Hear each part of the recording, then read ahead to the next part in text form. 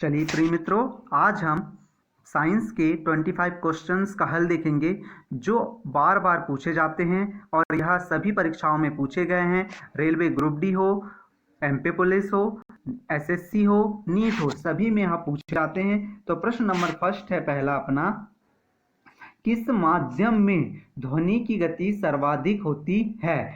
तो ध्वनि की गति कौन से माध्यम में सर्वाधिक होती है? ठोसों में सर्वाधिक होती है। तो इसका उत्तर क्या हो जाएगा? आपका ठोस हो जाएगा। दूसरे प्रश्न की ओर चलते हैं।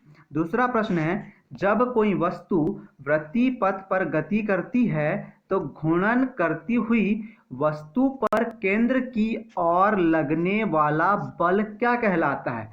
तो मान लीजिए आपके पास कोई एक वस्तु है, वह इस वृत्तीय मार्ग पर गति कर रही है। तो वृत्तीय मार्ग पर गति करते हुए ये केंद्र की ओर लगने वाला बल आपका कौन सा बल होता है? अभिकेंद्रीय बल होता है। अभिकेंद्रीय बल जो है वह किसी भी वृत्तीय मार्ग पर गति करती वस्तु के केंद्र की ओर लगता है। अगले क्वेश्चन की ओर चलते हैं। अगला क्वेश्चन है आपका, किस परमाणु संख्या वाले तत्वों के रासायनिक गुण मैग्नीशियम के समान होते हैं? तो आप देखेंगे विकल्प में आपको तत्व दिए गए हैं, तत्वों के परमाणु क्रमांक नहीं दिए गए। तो आपको पहचानना है कि मैग्नीशियम के समूह से कौन सा तत्व समानता रखता है। तो मैग्नीशियम के तत्व से समानता रखने वाला तत्व कौन है? बेरिलियम है। बेरिलियम जिसका परमाणु क्रमांक कितना होता है? 4 होता है। लिथियम का कितना होता है? 3। बोरॉन का कितना होता है? 5। और आयरन का कितना होता है? 26। तो यहाँ पर मैग्नीशियम से कौन सा समानता रखता है? बेरिलियम लगता है। अर्थात इसका सही उत्तर क्या हो जाएगा? बेरिलियम। अगले क्वेश्चन की तरफ चलते हैं। अगला क्वेश्चन है आपका, साधारण नमक के निर्माण के लिए सोडियम हाइड्रोक्साइड किसके साथ अभिक्रिया करता है? तो साधारण नमक क्या होता है आपका? NaCl। NaCl क्या है आपका? साधारण नमक है। अब इसको आपको निर्माण करके इसको बनाना है, तो इसको बनाने के लिए सोडियम हाइड्रोक्साइड NaOH की जब हम अभिक्रिया हाइड्रोक्लोरिक एसिड या HCl या हाइड्रोक्लोरिक अम्ल के साथ कराते हैं, तब आपका NaCl धन H2O प्राप्त होता है। अर्थात साधारण नमक के विलयन को प्राप्त करने के लिए आप सोडियम हाइड्रोक्साइड के साथ किसकी क्रिया करा रहे हैं? हाइड्रोक्लोरिक अम्ल। तो इसका सही उत्तर क्या हो जाएगा? आपका सेकंड नंबर का हो जाएगा हाइड्रोक्लोरिक एसिड। अगले क्वेश्चन की तरफ चलते हैं। प्रश्न नंबर 5 है आपका, परमाणु क्रमांक 57 वाला तत्व संबंध रखता है किस ग्रुप से या किस ब्लॉक से या किस समूह से संबंध रखता है? आपको बताना है। तो 57 जो है वह लेंथेनम होता है। लेंथेनम कौन से ब्लॉक में आता है? तो लेंथेनम जो है वह डी ब्लॉक में आता है। अर्थात इसका सही उत्तर क्या हो जाएगा? पांचवे का आपका 4 नंबर का हो जाएगा डी ब्लॉक। अगले क्वेश्चन की तरफ चलते हैं। प्रश्न नंबर 6 है, किस समूह में निष्क्रिय गैसें होती हैं? किस समूह में निष्क्रिय गैसें होती हैं? निष्क्रिय गैसें वह गैसें हैं जो उत्कृष्ट गैसें कहलाती हैं। तो निष्क्रिय गैसें या उत्कृष्ट गैसें किस समूह में पाई जाती हैं? समूह नंबर 18 में पाई जाती हैं। कौन कौन सी निष्क्रिय गैसें? Helium, neon, argon, krypton, xenon, radon, ये सभी क्या हैं? आपकी निष्क्रिय गैसें या उत्कृष्ट गैसें हैं। अगले क्वेश्चन की तरफ चलते हैं। प्रश्न नंबर 7 है, पहाड़ से गिर रहे किसी पिंड में होती है। जब भी कोई वस्तु मान लीजिए पहाड़ से गिरती है, तो ये जब वस्तु यहां से गिर रही है तो उसमें क्या क्या रहता है? तो उसमें क्या क्या रहता है? उसमें गतिज ऊर्जा के साथ साथ आपकी स्थितिज ऊर्जा भी रहती है। अर्थात इसका तीसरा विकल्प सही हो जाएगा, स्थितिज ऊर्जा और गतिज ऊर्जा दोनों रहती है।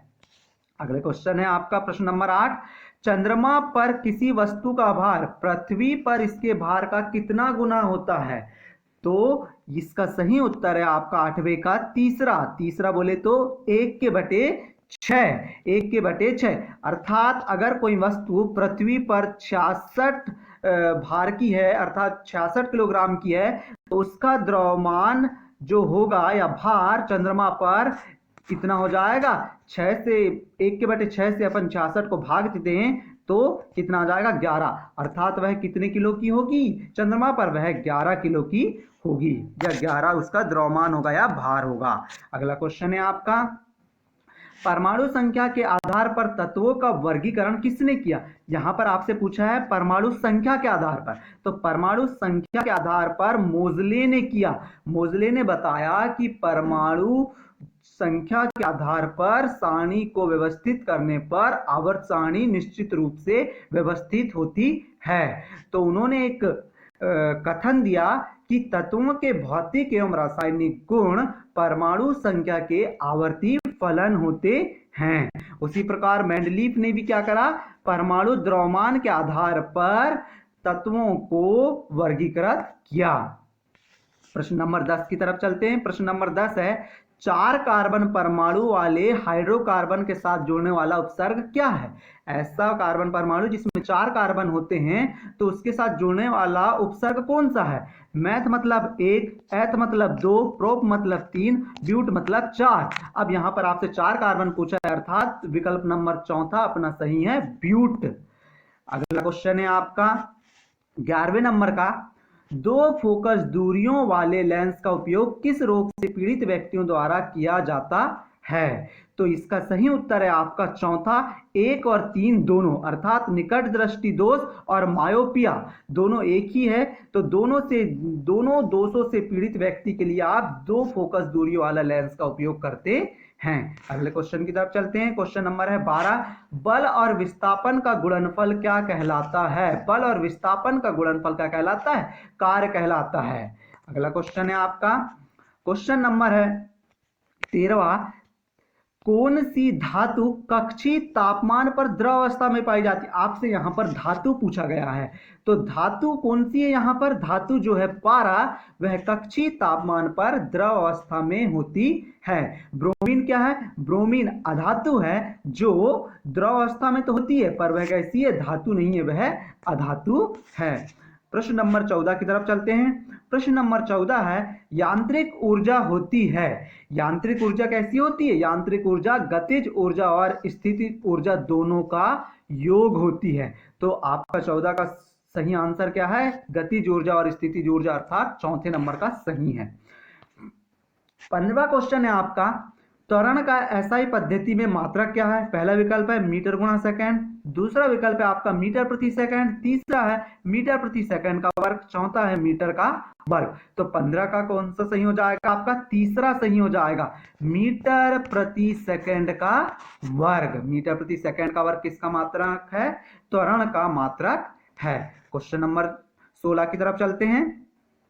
एक वस्तु को लंबवत रूप से ऊपर की ओर फेंका जाता है तो उसके ऊपर उठने के दौरान गतिज ऊर्जा और स्थितिज ऊर्जा के मान में परिवर्तन कैसा होता है। तो आपको एक वस्तु जब आप लंबवत ऊपर की ओर फेंकते हैं तो उस वस्तु में स्थितिज ऊर्जा और गतिज ऊर्जा के मान में क्या परिवर्तन होता है वह आपको बताना है। तो इसमें क्या हो जाएगा आपका, इसमें वस्तु की स्थितिज ऊर्जा जो होगी वह बढ़ेगी और गतिज ऊर्जा का मान कैसा होगा, कम होगा। अर्थात जब आप एक गेंद को ऊपर फेंकते हैं तो ऊपर जाने पर गेंद अपनी स्थिति प्राप्त कर लेती है, लेकिन गति उसकी कैसी हो जाती है, कम हो जाती है, अर्थात उसकी गतिज ऊर्जा घटती है। अगले प्रश्न की तरफ चलते हैं। प्रश्न नंबर 17 है, ध्वनि तरंग की आवृत्ति मापने की इकाई है।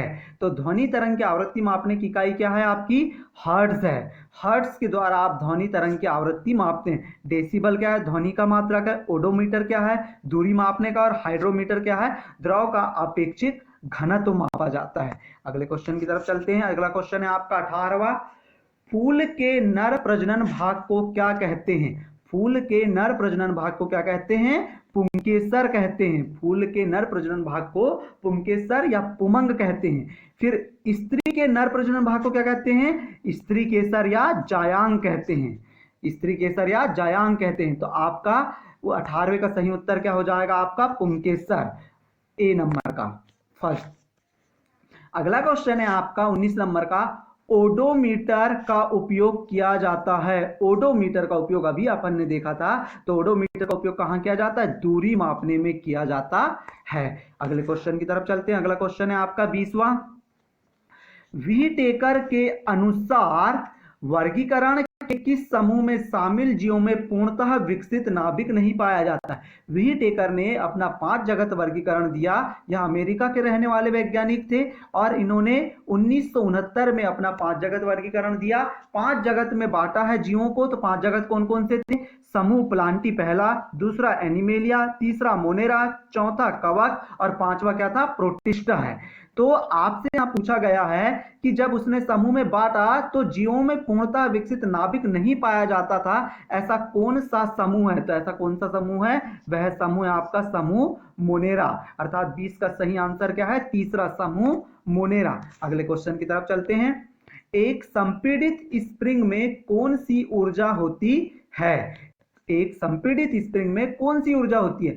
आपने जब खिलौने रूप लिया होगा तो खिलौने के रूप में आप एक गाड़ी लेते थे जो स्प्रिंग लगा रहता था। तो आप उस स्प्रिंग को या चाबी को घुमाते थे तो वह स्प्रिंग एक जगह पर जाकर रुक जाता था। तो आप उस स्प्रिंग में क्या संपीड़ित करते थे? उस स्प्रिंग के द्वारा आप स्थितिज ऊर्जा संपीड़ित करते थे, जो बाद में किसका रूप ले लेती थी? गतिज ऊर्जा का रूप ले लेती थी। अर्थात 21 का सही आंसर क्या हो जाएगा आपका? पहला, स्थितिज ऊर्जा। अगला क्वेश्चन है आपका 22। अमीबा में प्रजनन कैसे होता है? तो अमीबा में प्रजनन कैसे होता है? द्विखंडन द्वारा होता है। तो 22 का सही आंसर क्या है? सेकंड, द्विखंडन द्वारा। 23 से आपका क्वेश्चन, सोडियम धातु को किस स्थान में संग्रहित करके रखा जाता है? तो सोडियम धातु को आप केरोसिन में संग्रहित करके रखा जाता है, मिट्टी के तेल में। क्यों? क्योंकि यह वायुमंडल में अगर इसे छोड़ देंगे खुला तो यह आसानी से आग पकड़ लेती, इसलिए इसे क्या किया जाता है? केरोसिन में डुबोकर रखा जाता है। अर्थात 23 का सही उत्तर क्या होगा आपका? चौथा, केरोसिन। अगला क्वेश्चन है आपका 24वां। किस वर्ग के प्राणियों का रक्त गर्म होता है? तो आपको पता होगा कि जो पक्षी वर्ग है उसके रक्त में बहुत ही गर्माहट होती है। अर्थात पक्षी वर्ग का रक्त बहुत ही गर्म होता है। तो पक्षियों में भी कबूतर जो है उसका रक्त अधिक मात्रा में गर्म होता है। अंतिम प्रश्न है 25। मानव पाचन तंत्र में किससे पित्तरस का स्त्राव होता है? तो पहला ऑप्शन है आपका अग्नाशय द्वारा, दूसरा आमाशय द्वारा, तीसरा यकृत द्वारा और चौथा है लार ग्रंथि द्वारा। तो मानव पाचन तंत्र में पित्तरस का जो स्त्रावण है वह होता है यकृत द्वारा। तो 25 का सही आंसर क्या है आपका? तीसरा सही है, यकृत द्वारा। तीसरा क्या है आपका? सही आंसर है यकृत। तो आपको कैसे लगे ये प्रश्न 25 जरूर कमेंट सेक्शन में जाके जरूर बताइएगा। और आप हमारे चैनल में नए हो तो जरूर सब्सक्राइब और लाइक कीजिएगा। धन्यवाद।